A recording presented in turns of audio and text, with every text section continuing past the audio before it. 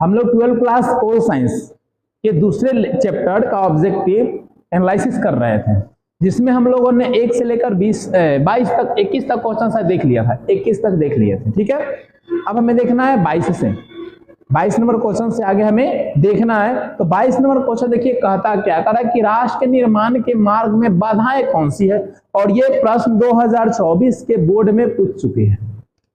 प्रश्न 2024 के बोर्ड में पूछ चुकी है। क्या बाधाएं, तो कह रहा है कि इनमें से सभी। सबसे पहली जो समस्याएं होती है किसी राजनीतिक पार्टी के लिए वो क्षेत्रवाद होता है। कोई क्षेत्र हिंदू बहुल, कोई मुस्लिम, कोई किसी जाति के लेके होता है बहुल्य, तो उसके अकॉर्डिंग टिकट और अन्य जाति के लोगों को जो टिकट दिया जाता है उसको लेकर इश्यूज होते हैं। तो पहला क्षेत्रवाद समस्या होती है। दूसरा होती है अलग अलग क्षेत्र में अलग अलग भाषाएं बोली जाती है, तो भाषाओं की विविधता को लेकर समस्या होती है। तीसरी जो समस्या होती है वो होती है जातिवाद। जिस जाति के लोग टिकट लेकर आते हैं उस जाति के प्रबल समर्थक लोग होते हैं। एंटी जाति का टिकट मिल जाता है तो थोड़ा सा जातिगत चीजों को लेकर भी राजनीतिक में असमानताएं उत्पन्न होती है। तो इसलिए इनमें से सभी चीजें होंगी जो एक राष्ट्र निर्माण के लिए राजनीतिक पार्टियों के लिए बहुत बड़ी समस्याएं उत्पन्न हो जाती है। दूसरा कह रहा है कि इनमें से किस राज्य में विधान परिषद है, तो इसमें से जितने राज्य दिए गए हैं 2024 के क्वेश्चन में सभी राज्यों में विधान परिषद अवेलेबल है। आपके बिहार में भी विधान परिषद है। अभी विधानसभा का चुनाव होने वाला है, तारीख भी आ गई है, अक्टूबर नवंबर में चुनाव होने वाले हैं। इसके अलावे आपके महाराष्ट्र के अंदर भी है। किसके अंदर है? महाराष्ट्र के अंदर भी, आंध्र प्रदेश के अंदर भी हो जाते हैं। और इनमें से सभी यानी तीनों के तीनों जो ऑप्शन में दिए गए हैं राज्य, सभी राज्यों के अंदर क्या है? विधान परिषद हैं। अगला कह रहा है कि बिहार विधानसभा में कुल सीटों की संख्या कितनी है। अभी जो चुनाव होने वाली है अक्टूबर नवंबर में, तो कुल सीटों की संख्या पूछ रहा है तो 243 है। 243 विधायक सभी पार्टी के लोग जो सिंगल खड़े होंगे वो या गठबंधन के साथ होंगे 243 सीटों पर चुनाव लड़ेंगे। अब जो ज्यादा टिकट लेकर आएगा, जो ज्यादा सीट लेके आएगा, जिसके ज्यादा विधायक जीतेंगे उसकी क्या बनेगी? सरकार बनेगी। ये भी 2024 में प्रश्न पूछ लिया है। भारत में किस तरह का गणतंत्र व्यवस्था है, तो हमारे यहाँ कैसा गणतंत्र व्यवस्था है? हमारे यहाँ धर्मनिरपेक्ष भी है, समाजवादी की तरफ भी झुकाव है और संप्रभुता भी है। यानी इसमें से दिए गए ऑप्शन में से इनमें से सभी ऑप्शन होगा। हमारे यहाँ क्या है? धर्मनिरपेक्षता, किसी एक विशेष धर्म को नहीं मान्यता दी गई है, सभी धर्म वाले को समान रूप से देखा गया है। अगला कह रहा है समाजवादी व्यवस्था। समाजवाद शब्द को यानी हमारे यहाँ सरकारी प्राइवेट दोनों चीजें है। सरकार ज्यादा सरकारी चीजों पर फोकस करती है ताकि आम आदमी को सुविधा मिल सके, समाजवादी विशेषता है।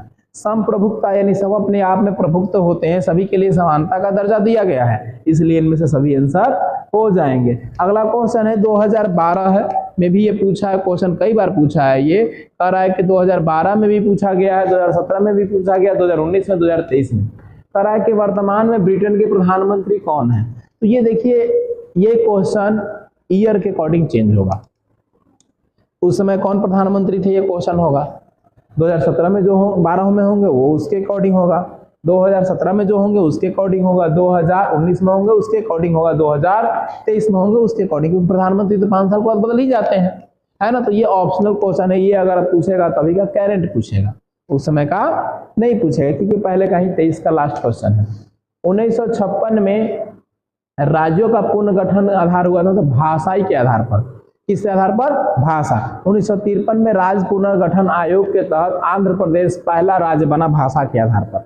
आंध्र प्रदेश पहला राज्य बना भाषा के आधार पर। इसमें एक रिटायर्ड जज थे, उनको सौंपा गया कि भाई आप क्या कीजिए, सर्वे कीजिए पूरे भारत में कि भारत को किस आधार पर बांटा जाए, कौन कौन से राज्यों में किस आधार पर राज्य का दर्जा दिया जाए।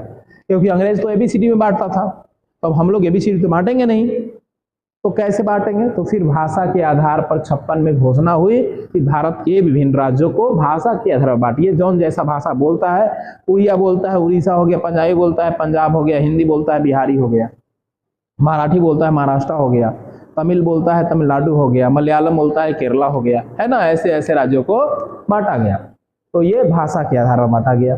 कराइक संविधान में धर्मनिरपेक्ष शब्द को कब जोड़ा गया? तो ये जोड़ा गया 42वां संविधान संशोधन। देखिए दूसरा क्वेश्चन इसमें देगा, बोलेगा कैवां संविधान संशोधन, तो 42वां संविधान संशोधन। अगर ईस्वी पूछेगा तो 1976। 1976। 42वां संविधान संशोधन हुआ था 1976 में। तो दोनों तरह से क्वेश्चन पूछ सकता है। हो सकता है कि 23 में पूछा है, इस बार पूछ देवे कि किस संविधान संशोधन के तहत धर्मनिरपेक्ष शब्द को जोड़ा गया, तो 42वां संविधान संशोधन। ईस्वी तो आपको पता ही है 1976। ये 2023 का क्वेश्चन पूछा हुआ है। अगला प्रश्न कह रहा है कि मंडल आयोग के अध्यक्ष कौन थे? मंडल का मंडल, ओबीसी आरक्षण वाला। किसका आरक्षण वाला? ओबीसी। ठीक है, तो बिंदेश्वरी प्रसाद मंडल, इसको शॉर्ट फॉर्म में देगा बाबू आपको बीपी मंडल। क्या देगा? बीपी मंडल। इसके तहत ओबीसी को आरक्षण मिला। ओबीसी क्या होते हैं? Other backward caste. बहुत सारे लोग होंगे ओबीसी, BC1 में होंगे, कोई BC2 में होंगे। 27% आरक्षण दिया गया। कितना दिया गया? 27% आरक्षण दिया गया। किसको? ओबीसी को। किसकी अध्यक्षता में? बीपी मंडल की अध्यक्षता में। ठीक है,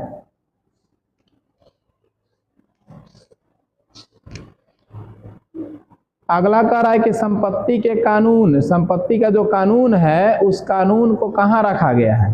अब देखिए, संपत्ति का जो अधिकार है वो कानूनी अधिकार है। पहले संपत्ति का अधिकार कैसा अधिकार था? मौलिक अधिकार था। कैसा अधिकार था? मौलिक अधिकार। और मौलिक अधिकार को हटा करके अब इसको संपत्ति के अधिकार को कानूनी अधिकार कर दिया गया और 300 अनुच्छेद के क में रखा गया है। ये क्या है? अनुच्छेद है। संविधान में अनुच्छेद होते हैं ना, तो 300 के क में रखा गया है। पूछ सकता है कि संपत्ति के अधिकार को कहाँ रखा गया? तो संपत्ति के अधिकार को रखा गया 300 के क में रखा गया। ठीक है, अब संपत्ति के अधिकार